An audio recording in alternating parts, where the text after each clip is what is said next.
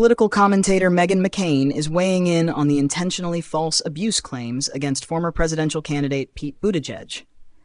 Absolutely horrified at what happened to and his family, the former The View co-host 41 wrote via X on Saturday, June 27th, "I am so sick of dirty, cruel politics, and am truly deeply upset by the involvement of his children.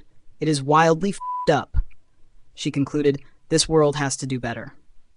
On Friday, June 26th, the former Secretary of Transportation, 44, revealed that he had been the target of an intentionally fake abuse claim to Child Protective Services, CPS, resulting in an investigation. "Someone decided to hurt our family this week," Buttigieg wrote via Substack. They explained that there had been an allegation against me, that it concerned our 4-year-old twins, and that a forensic interview had been arranged for the children the following day. I could not be present at the children's interview, nor could any family member sit in. Buttigieg shares twins Penelope and Gus with his husband, Chasten Buttigieg. The pair married in June 2018, making Pete one of the most prominent openly gay politicians in American politics. As such, he has also been subjected to anti-LGBTQ attacks. "I was bewildered and troubled, but tried to stay calm," Pete continued in his Substack post. "I'm used to any number of falsehoods, attacks, and serious problems being thrown my way. What I didn't understand was what could have led to this kind of visit." Then, the CPS worker told me something that made my stomach turn. I was not to be alone around the children, at least until the interview took place the next day.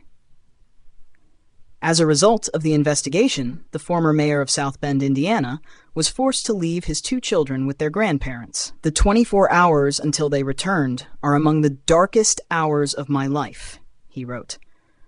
"I tried to get my head around the idea that I had been accused of something so serious that I couldn't be alone around my own children, and had consented to have them interviewed by strangers, without my knowing where the accusation had come from, or even what it contained."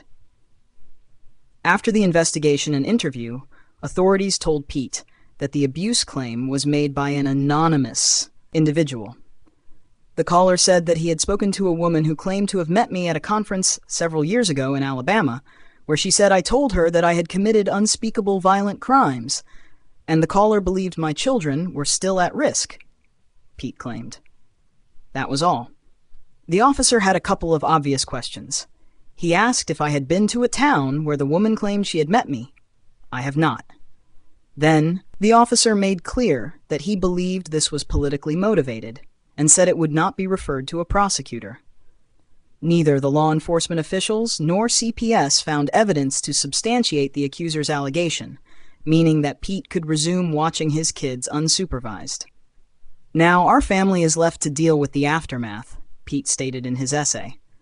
"I worry about any unseen effects this had on our kids, on Chasten and me, and on the rest of our family." Even though the accusation was absurdly and obviously false, and was promptly rejected by law enforcement, I still worry about the harm it has done.